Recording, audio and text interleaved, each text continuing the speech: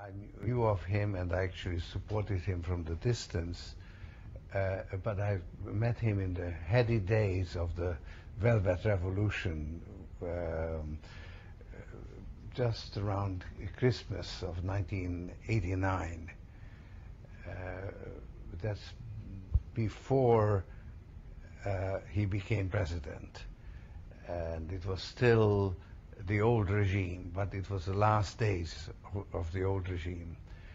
And we met with, I was with Prince Kari Schwarzenberg, who's a human rights activist, was, I think, chair of the European Human Rights Commission, and of course an old Czech aristocratic family.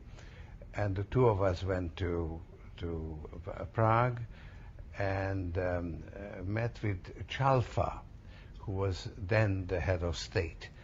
And we had a very interesting conversation with him where he said that he wanted to hand over power, that he felt that the communists have lost their legitimacy.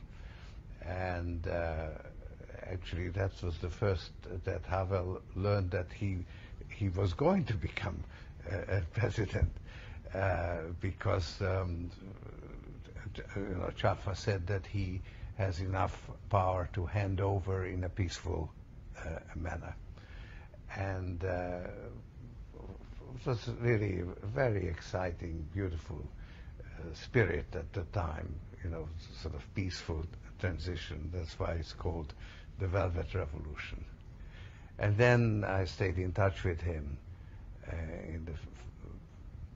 visited him fairly often in the first years of his presidency. One of his first visits was to go to Germany, and then he was going to come to America, and he had a very beautiful speech, but I felt that it was politically not a very good idea, because he said Europe should be left alone by the great powers, and the Soviet Union should withdraw, and America should withdraw. And I didn't think that was a good idea, and I pointed that out, and he actually changed it. So,